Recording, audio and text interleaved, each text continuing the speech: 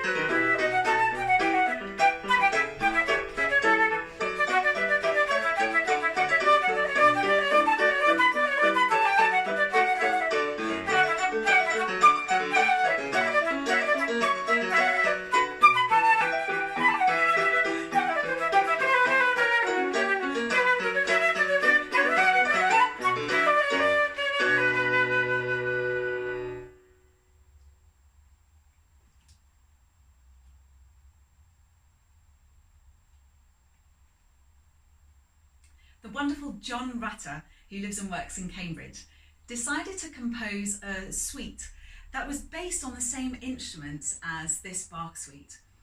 And the Suite Antique is a nod to the past, but also looking forward to more recent styles. The third movement, John described himself as a Bach-like aria. Aria literally means song, and so I'd like to take this opportunity to say thank you to Ginevra, who has been singing me some wonderful songs recently, and to Chantal, her mum, whose birthday it is. So a very happy birthday, Chantal. I'm going to follow it with the very fun ostinato, which then sort of harks back to the humour of the Badinery, if you like. It's also a very good opportunity to say a cheery hello to Lynn and Hilary in Cambridge as well. And also Jane and Kristen, who I am really looking forward to having a proper catch up with soon.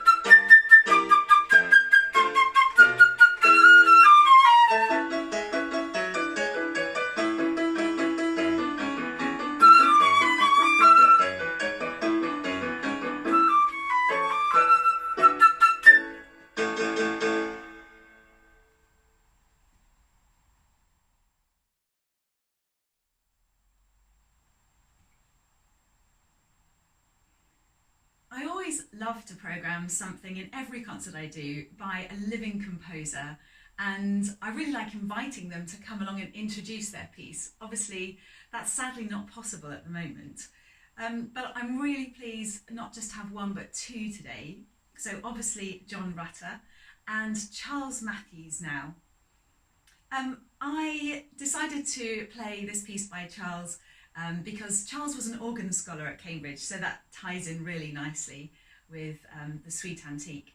And the dance that Charles has written was written for his wife when they first met, and it has a very summery sort of feel, but quite a tentative character.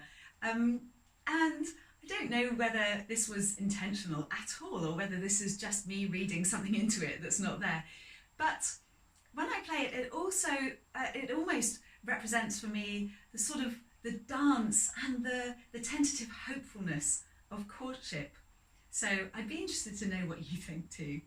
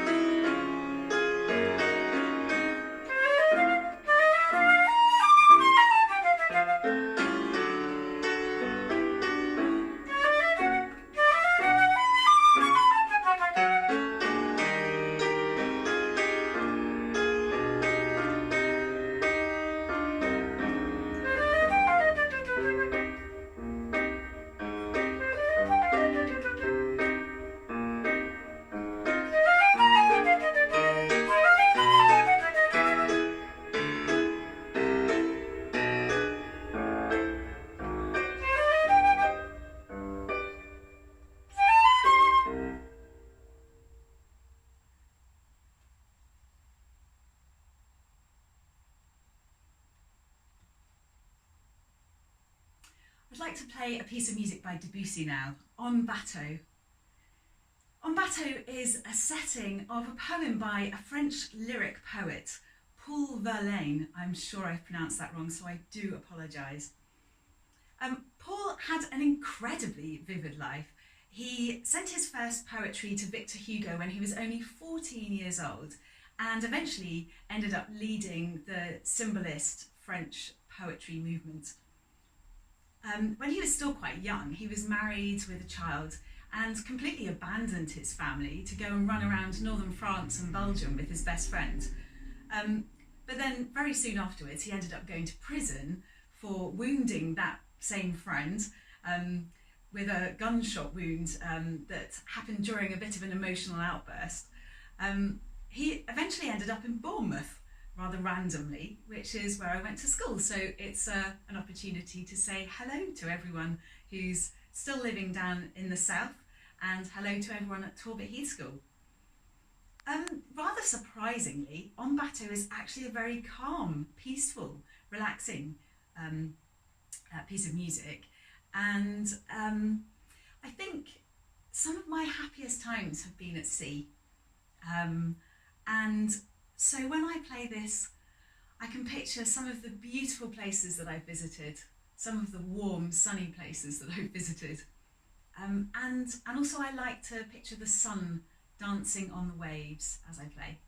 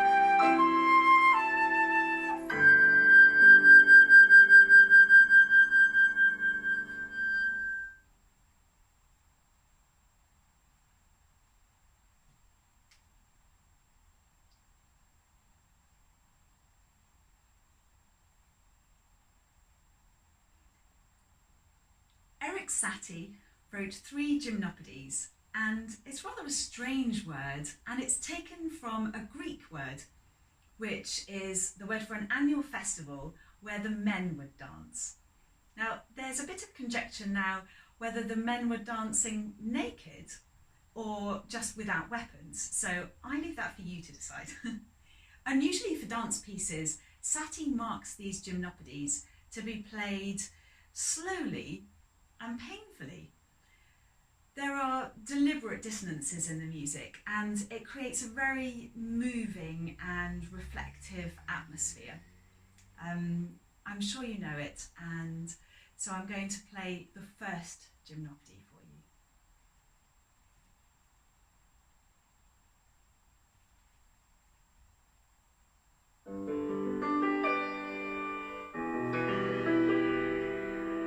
I don't think you want to hear that again.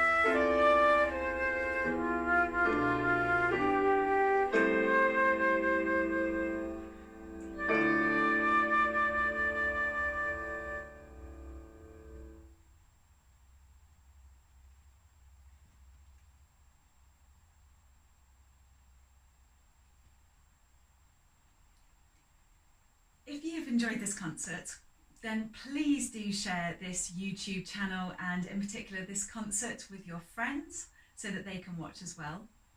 Click on the link below to pay for your ticket and click on the bell for alerts for any future concerts and things that I upload.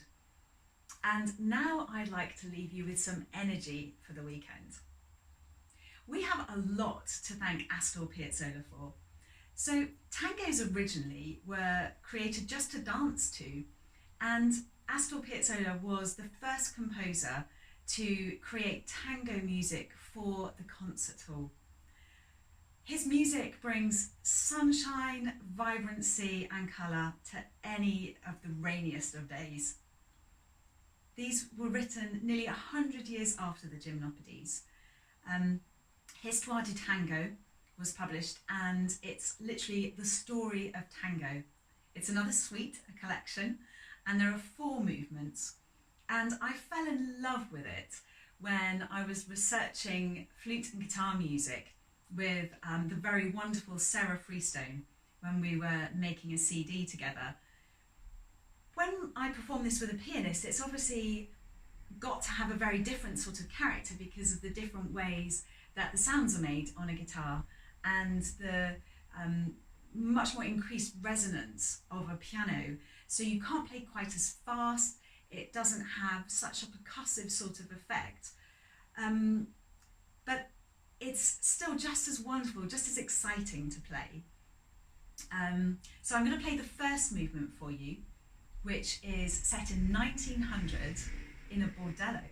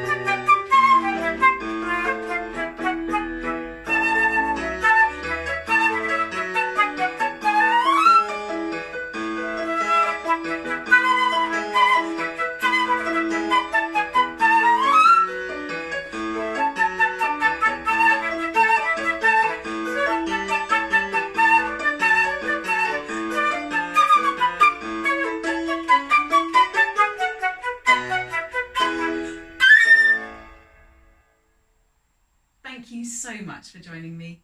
Have a wonderful evening and a glorious weekend.